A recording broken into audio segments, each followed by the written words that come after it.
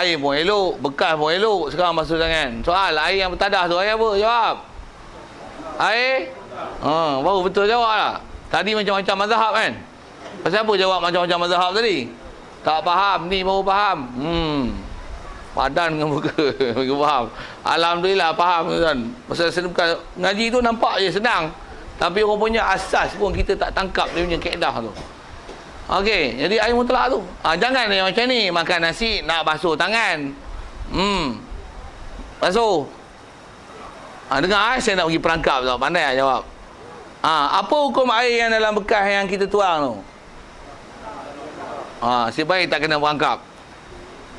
Yang tu malah yang mutlak. Air tu atas tuang. Tak ada masalah lah. Ni. Air ni tuang. Basuh tangan. Tapi tak tuang sungguh lah. Basah lagi. Yang atas ni saya tanya mutlak lah kalau dia mutlak. Kalau air teh lah. Tapi kalau dia basuh tangan pakai air sirap, macam mana ya?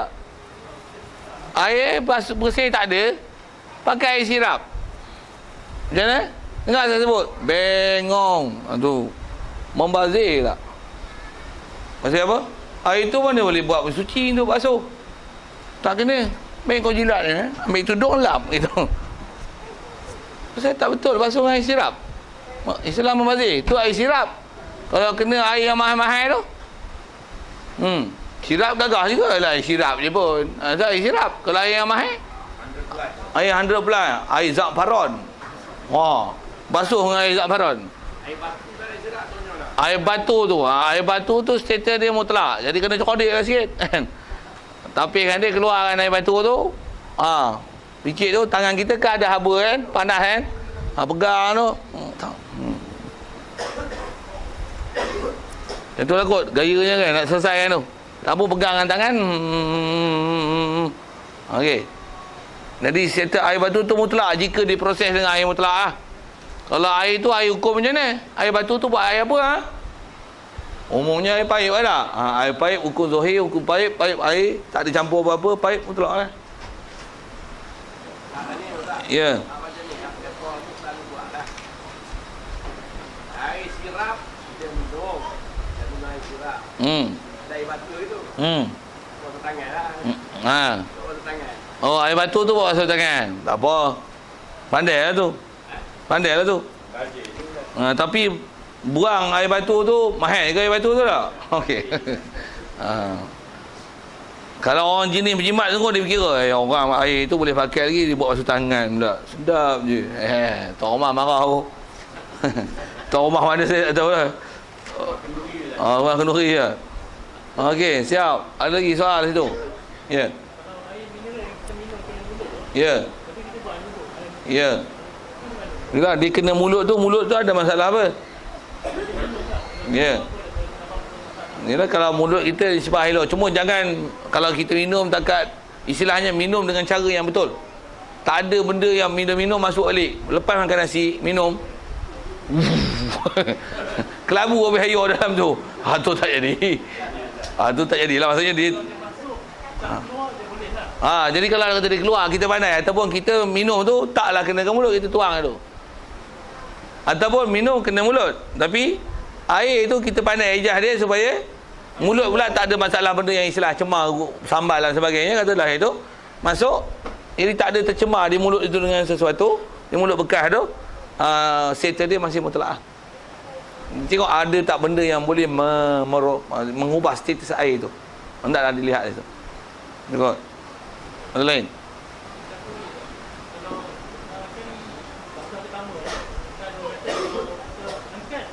Ya, mustamal.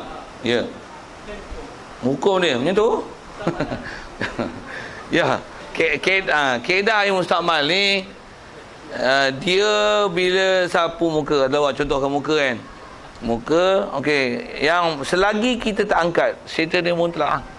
Katakanlah apa yang boleh kata. Selalunya yang kena jaga macam ni pasal dia masalah angkat tu. Pasal bila angkat, istilahnya air yang telah bercerai daripada anggota. Bila cerai hasil lah. Angkat, ada orang ambil uduk macam ni, boom, dia tepuk tu, boom, betul? Dia ada step. Patient dia macam tu. Ambil macam ni, ambil air. Yang ni okey, yang terbasuh okey. Dia angkat tangan. Tu KO. KO maksudnya meratakan dengan dia angkat tangan tu tak boleh, tak memadai. Cuma dia basuh tak sekali. Ambil pula. Kali lagi pula. Sampai sudahnya ada kena semua. Okey, nasib baik. Cuma ilmu dia tak mantap. Sepatutnya tak payah angkat. Tak ya. Satu tangan pun tadi kalau katalah tangan, kita pula guna air sikit. Bagi. Mata. Kalau angkat je ni, sapu ni, angkat. Angkat ni hukum air bercerai, hukum air meleleh. Angkat tak ada. Letak balik. Dari segi hukum dia tu. Satu, bila angkat dia memustakmalkan apa yang ada di tangan selain dengan apa yang ada di sini. Boleh? Ada soal lagi?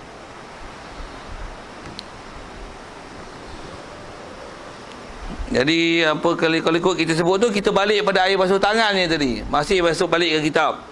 Jadi air yang nama mustakmal ni air yang guna untuk fardu. Dan juga antaranya fardu tadi fardu angkat ada kecil ambil wuduk, dan yang untuk mandi yang wajib. Mandi wajib kan dia wajib. Basuhan pertama mandi wajib. Hak tu adalah mustakmal. Macam mana pun air mandi orang tak kutip lah. Kutip tak? Orang tak kutip balik ke air mandi? Tak ada lah. Tapi jangan tak tahu air kumbahan pun orang proses balik. Dulu kita ni kena tahu hukum. Okay. Kalau katalah esok air mandi ni pun orang kutip juga, cyclekan dia balik. Cyclekan dia balik, bubur dalam satu kolah, jadikan dia banyak-banyak. Lepas tu masuk tangki balik.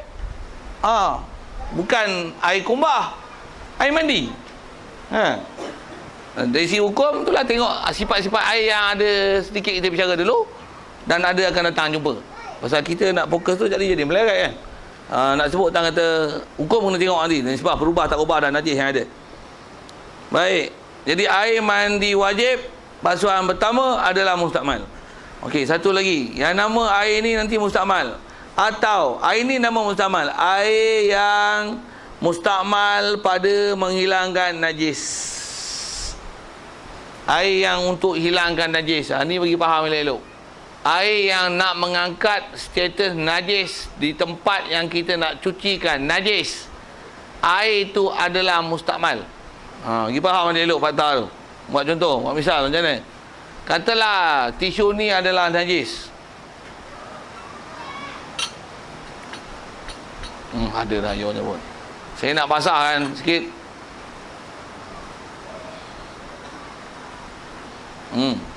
Katalah tisu ni najis tau. Najis apa yang tahu tak yang tanya lah.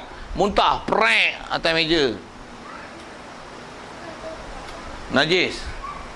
Kedah ni memang kena ambil buang ni lah. Buang tu tisu apa selesai lah.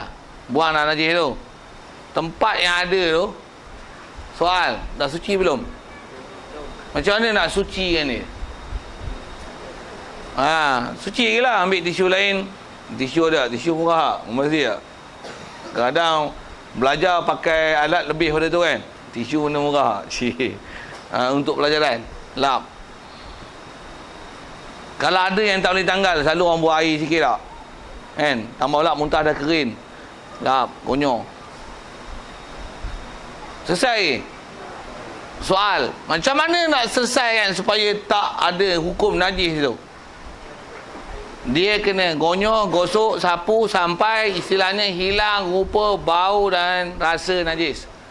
Bau dengan bau lah, rupa dengan warna, rasa dengan kecat licin. Najis dia licin biasanya. Selagi tak tu, ambil air sikit, gonyo, gosok. Kalau kata dah ada kotor, pergi basuh lagi sikit, basuh elok-elok. Lepas tu lap lagi.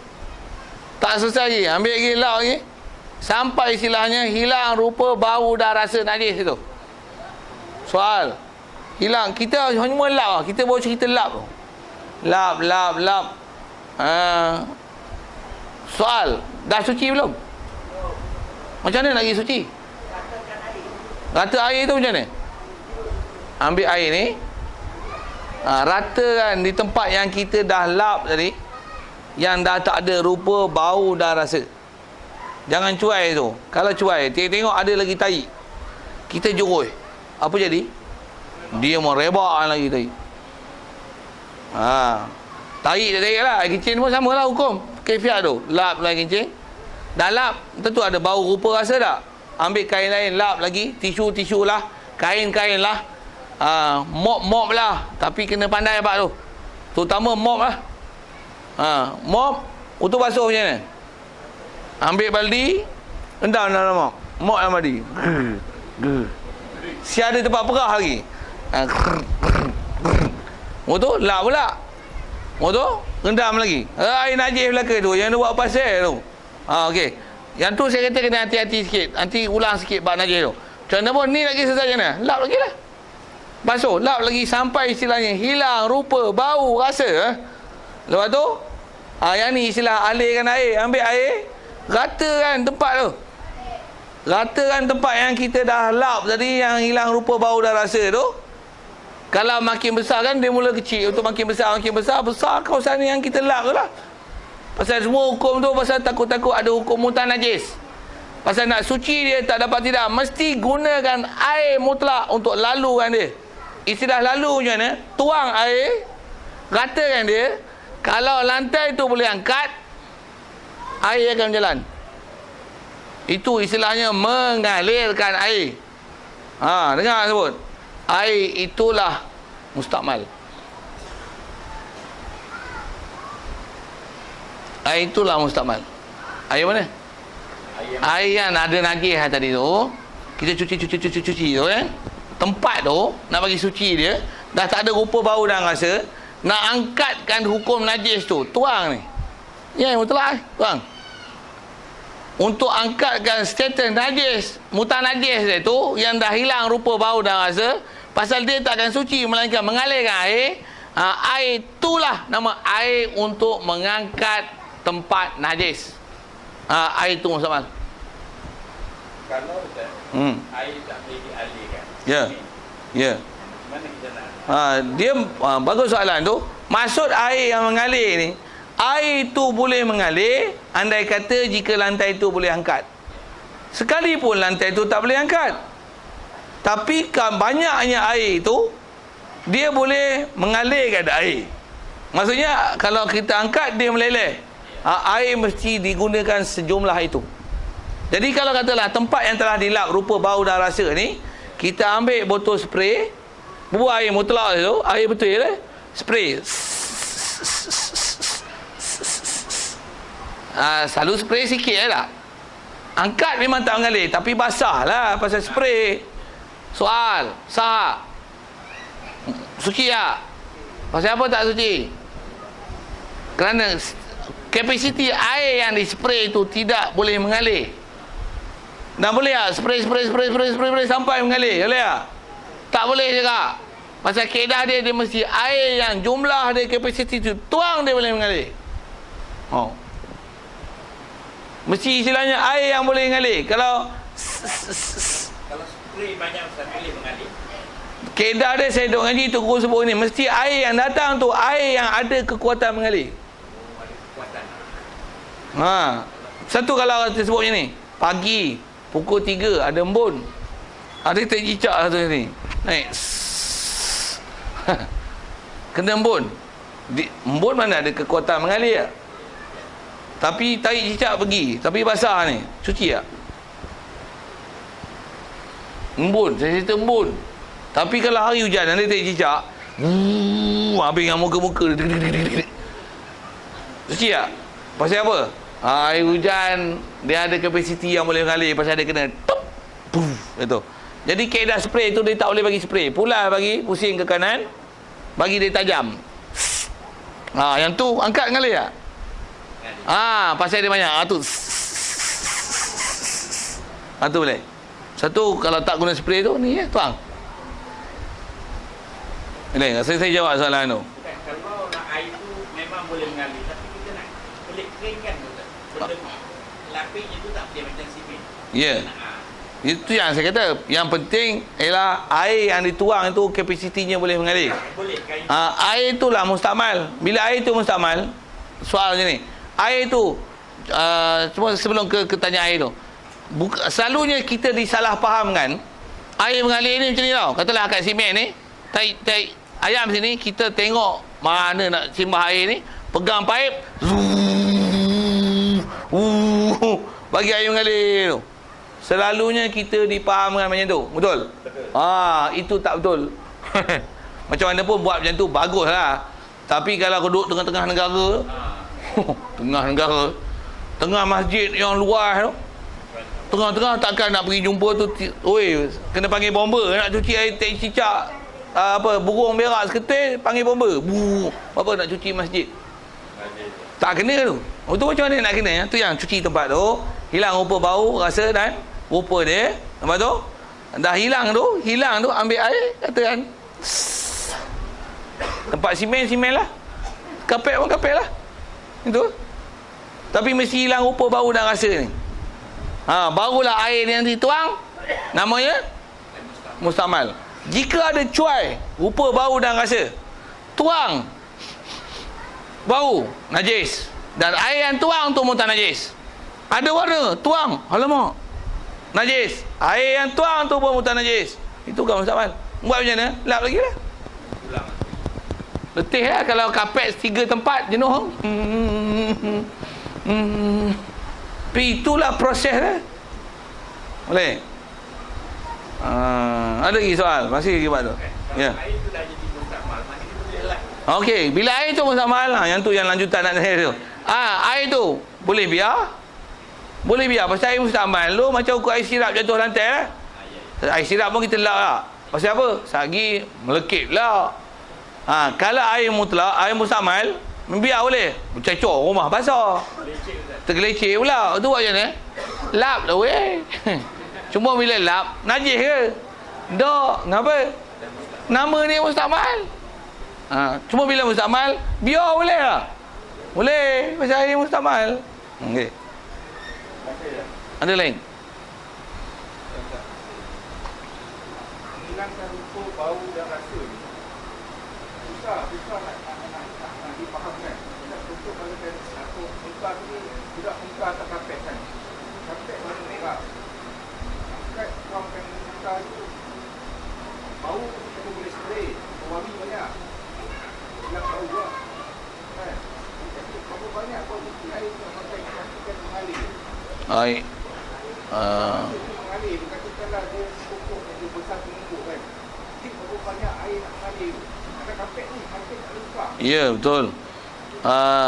Pertama nak kata ini lo, susah nak ada keupayaan menghilang rupa bau dan rasa tu. Susah ke? Tak susah. Aku dah buat kerja tu dalam rumah. Tak susah pun. Cuma aku tak biasa buat kerja. Itu okay. Sorry lah masa tu kan. Dia bila tak ada pengalaman, dia tak tahu. Try orang buat. Lap lah. Memang lap. Memang prosedur dia itu. Kalau kapet pun, kapet dia memanglah tak mengalir tu, tak ada lah kan. Memang nak basuh dia memang renyah sikit. Pasal apa? Macam mana nak bagi najis yang dah lekat kat kapet tu supaya tidak ada rupa bau dan rasa. Memang jenuh tonyoh. Tonyoh basuh lagi, tonyoh lagi. Istilahnya sampai nanti dengan benda yang kita, alat yang kita pakai, tisu, span dan sebagainya, kain yang kita lap tu dengan kebasahan yang ada, dia akan serap sini, sedap sini, kebasahan dia pula masuk sini, serap. Proses tu dia makan masa, take time lah. Cuma taklah in the minute only you can dissolve the matter, you know. Mula cakap putih lah dia. Cakap kena banyak kerja lah. Lepas tu polish kereta pun makan masa kan. Tambah nak cuci najis. Polish kereta pun licin. Tu pun makan masa, tambah najis kat kapet. Lagilah take time, you know. Okey. Air banyak mana nak pakai tu tengok. Tu yang sambung ujung nanti. Memang nak perhabis buat tu. Macam mana pun nak sebut, memang kena gonyol itulah sampai hilang rupa bau dan rasa. Cuma makan masa sikit untuk proses dia. Sebah tu memang kena buat macam tu. Nak kata apa lagi? Memang kena buat itu.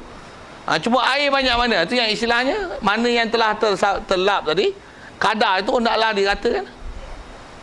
Dengan mengambil kira berapa air yang tinggal, dia punya kandungan air yang tinggal, rupa bau rasa memang satu hal lah. Lagi apa? Berapa kadar yang boleh diserap. Kemudian katalah kita lap balik, berapa air yang dapat semula. Pastikan air yang nama mustakmal ni, yang kita tuang tu, katalah kadarnya adalah sekoleh, jangan bila kita tuang nanti dengan apa yang telah kita lap tadi, bila kita kutip balik, sedut, tengok-tengok dapat 2 koleh. Itu bukan mustakmal. Itu najis lagi air tu. Pasal apa? Pasal menunjukkan air baki yang najis lagi ada lagi di situ, yang kita kutip tu lebih daripada apa yang kita tuang. Maksudnya kita ada cuai dari segi menghilangkan rupa, bau dan rasa. Kita tak selesaikan lagi di situ. Pasal masih ada air najis di situ, kita tuang untuk mensucikan tempat tu sekoleh. Satu jam, kutip sejak setengah. Tak jadi. Dengan mengira berapa yang diserap, dengan mengira berapa yang dituang dan berapa baki yang tinggal. Nampak tu? Mengajar bagi kita satu sudut ilmu general knowledge tentang bab berapa serapan bahan yang kita nak basuh tu mesti ada dalam kepala. Dan dia adalah berkaitan dengan bab experience. Dia tak ada experience, memang tak tahu berapa kadar dan berapa lama nak basuh. Okey.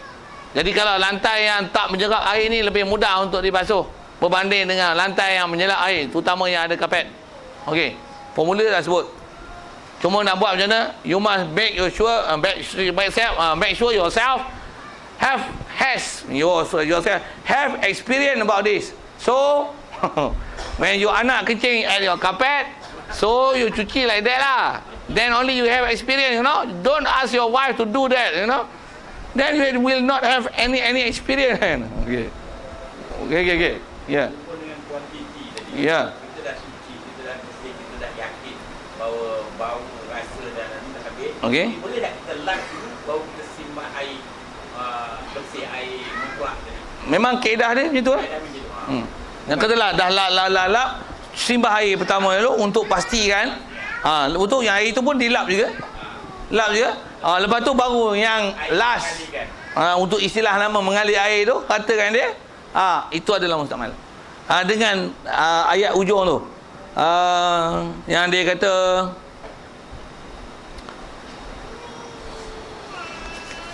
mana dia, kemudian daripada bercerainya tiada dengan syarat, jika tiada berubah air yang tinggal tu yang dituang tak bertambah timbangan, kemudian selepas daripada bercerai daripada barang yang ada, kalau kita katalah kita kutip balik, kemudian daripada dikirakan kadar menghisap yang dibasuhnya, kadar hisapan, kadar bahan material yang boleh menyedut air itu kadar mana dengan air yang kita tuang. Katalah bila tuang sekoleh, tuang kat sejadah ni dengan luas macam ni, berapa kadar air yang akan terserap di situ. Kita kutip balik, katalah kita perah, berapa yang dapat, tengok memang sikit dengan yang terserap dengan apa yang telah dituang, maka dia adalah hukum mustakmal. Jika katalah tu yang tuang sekoleh dapat sekoleh suku, something wrong. Majid, maksudnya ada baki yang tadi tak selesai. Okey, saya dah selesaikan isu tu. Ya. Najis hukumi pun dari segi prinsip menyucikan dia sama lah. Anak kita pernah kencing kat kapet tu, kita pun tak basuh lagi. Biar sebulan baru nak basuh. Air kencing pun dah tak ada. Cuma pastikan tak ada rupa, bau dan rasa. Kalau kita tuang air, tengok bau kencing, kena proses yang sama. Hilangkan rupa, bau dan rasa. Lap basuh apa tu. Saya tak payah ajar lah, lakut satu-satu tu kan. Basuh, lap lagi sampai hilang rupa dan bau dan rasa. Dah sampai istilahnya pada hurufnya, biasanya takkan ada tinggal rupa, bau dan rasa, dah tuang lagi. Macam mana pun tuang, bau lagi, lap lagi. Take time, ulang lagi sampai selesai. Bila last sekali sampai tuang, dah tak ada apa-apa yang balik, dengan mengirakan kadar berapa dia menghisap air, tengok pastikan jangan lebih, maka tempat tu adalah hukum suci. Air tu air mustakmal. Itu kalau najis hukumi dari segi prinsipnya sama. Kalau sikit dari tambah tu, kalau lah ni ada alat moden, ada vacuum yang boleh sedut air tu, lagi senang kerja. Nak cuci tu bubuh air, konyol, sedut siap, tapi vacuum yang boleh sedut air lah. Kalau yang tak boleh sedut air, kau sedut juga air, dia boleh sedut, tapi kau beli baru lah lagi. Siap silap elektrik shop, pump, putih fuse. Belilah fuse lain. Apa sebut tu? Bagi sodik sikit tu, yang buat bodoh tu. Alat yang bagi munasabah untuk dia pakai, mesti Hilal pakai. Macam mana pun yang tu, kalau katalah boleh lihat takungan berapa airnya, tu lagi mudah. Macam mana pun proses sama. Sikit tambahan di situ. Jangan buat macam iklan sesat dalam TV. Anak kencing dalam kereta. Kereta dia punya cushion tu fabrik. Bukan kulit. Bukan PVC kan. Bila dia fabrik, dia menyerap air kencing. Bau satu Macam mana nak cucikan dia? Dalam iklan TV macam mana? Jangan takut. Fabris ada. Fabris. Dengar, kepala otak kau sesat iklan tu. Sesat. Sesat. Dan ada tok siap masjid buat kerja macam tu. Kencingnya budak, spray Fabris. Dia tu hilang dah bubuh ni. Tak ada, kena cari pewangi yang kuat sikit. Dia tak cuci macam kita sebut tadi tau. He just only spray the Fabris only, or the spray yang perfume tu only. Sesat, najis. Tu nak jekah tu. Tu kena jekah. Potong esok upload masuk internet. Sedap tu. Fabris saman. Sepak ke saman tu. Apa cerita ni? Nak cerita iklan sesat dalam TV kan. Orang Islam kita tengok macam ni. Ikut. Betul bahasa tu betul lah, ikut. Kalau tercegang boleh ke? Saya tengok iklan tu dengan tercegang tuan. Wih, mampu ni orang Islam pakai mampu. Ramai orang pakai formula itu. Kencing yang tertilam ke? Alah, jangan takut. Fabris ada. Siap dia bunyi macam mana dalam TV tu. Fabris ada. Menghilangkan 99.9% kuman. Just 0.01 ni. Just 0.1% daripada bakteria yang tak apa. Yang lain semua mampu habis. Pasal menggunakan Fabris. No, that's not the way. That is the wrong way. That sesat way. Okay, tambah duduk semayang tuan. Bayang kapek semayang kita najis. Silap besar ibadat itu. Baik, dengan apa baca selesai. Kalau ikut tamu tamal bagi tambah najis dan menyucikan najis tu. Ya. Ya. Ya. Lapik. Ya, itu adalah kaedah yang paling eksklusif yang boleh dibuat. Eksklusif. Okey. Memang kaedah dia, antaranya beli sarung kusyen lain yang tak telap air, yang di fabrik. Buat macam mana? Payah-payah nak cuci pun susah, nak buka skru lagi. Hapak tu satu hal. Hapak boleh fabrik. Katalah nak buat fabrik tu. Lepas tu beli sarung kusyen lain yang PVC yang tak telap air tu. Tutup dia, cover. Waktu kita duduk nanti, duduk di atas tempat yang tak menajis, pasal di bawah tu yang najis. Okey, jalan. Tapi keluarlah model 5-600 pasal nak beli sarung kusyen lain. Sikit itu.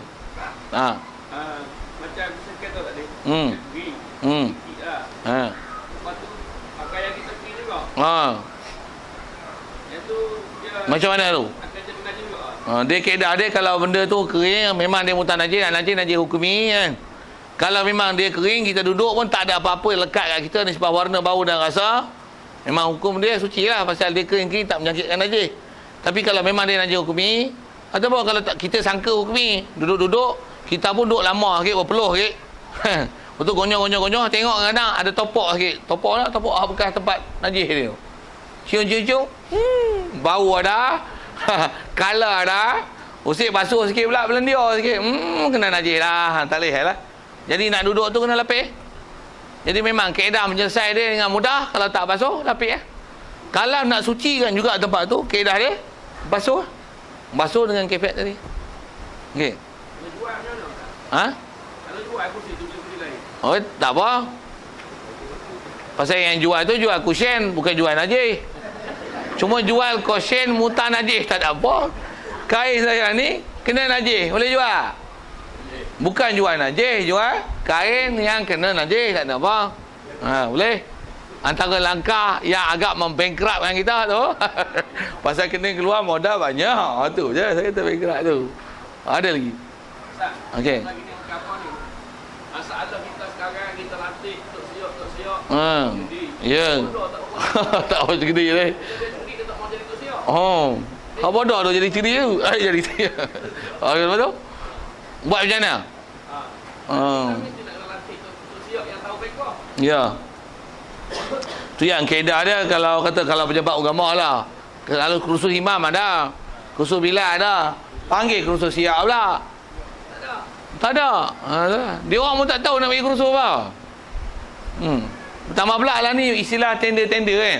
Masjid besar, tender tambah ada cucian basah kapet tu. Pakai alat je. Tak cicak pun macam mana? Sedut tu Yang jenis putak tu. Lantai mozaik apa semua kan. Terazur lah apa tu. Dia beli hak pulas tu. Dia spray sabun, bubuh ni. Dia duduk tu, siap dengan enjin lagi. Antaranya majlis Sultan Azlan lah. Tempat saya tu. Tak. Dia muskil tu macam mana pun dia di sini cuci, kalau salah lah. Macam tu pun kaedah dia macam ni. Saya orang luar, saya mari sini. Kadang-kadang cicak merata lah. Berak pun kena kutip tak basuh lah. Okey, main cedok tu memang tak basuh lah. Itu tengok saya nak sebut ni. Tu Mekah tu. Tak payah Mekah, bos sini dah. Saya nak sembahyang ni. Macam mana saya nak sembahyang? Ada najis tak? Ni memang tak basuh ke? Kaedah dia macam mana? Ada tak nampak najis? Tak nampak. Zohir tempat adalah suci. Macam mana? Ya. Hak orang tak basuh tu yang salah. Dia kaedah dia apa yang terhadap asal suci. Walib memanglah najis macam-macam lah. Burung pati lah apalah sana lah. Kalau sini ya. Tapi yang kita tengok ada najis? Tak ada. Asal tempatnya suci. Ya lah. Tapi kalau kita yang urus tu, kita tahu, kita tak boleh sembahyang tu. Tambah pula anak kita kencing, kita pun tahu itu. Kita kencing. Kita buat selamba sembahyang tempat anak kita kencing, buat tak tahu ada. Sujud pula tu betul-betul tempat tu. Bau kencing. Wadah je. Jangan anda buat bodoh. Sikitlah buat ayat tu.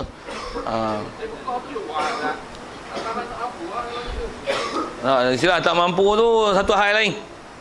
Pasal kaedah kalau bab najis, kalau sikit bahasa tak mampu ni.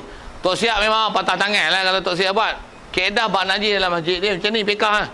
Walaupun ada Tok Siap, siapa tengok najis dia yang wajib cuci, bukan Tok Siap. Walaupun imam, walaupun orang biasa, walaupun Tok Siap ada, siapa yang tengok najis dalam masjid, dia yang wajib membersihkan masjid daripada kotoran, bukan Tok Siap. Walaupun Tok Siap ada. Tapi kebetulan ada Tok Siap. Tok Siap, weh, kejap. Tok Siap ada orang kencing. Sorry Tok Siap ni. Mek dia panggil lagi. Semua nak panggil tu boleh. Tapi asalnya wajipan siapa yang nampak najis dia yang kena cuci. Itu asal fiqh. Rasa saya nak tangguh situ.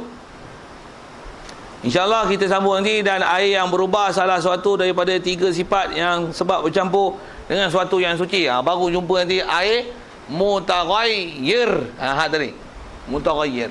InsyaAllah jumpa next month. InsyaAllah. Wallahu a'lam. Bismillahirrahmanirrahim. Allahumma nawwir qulubana min nuri hidayatika kama nawwartal arda min nuri syamsika wa nabada bi rahmatika ya arhamar rahimin.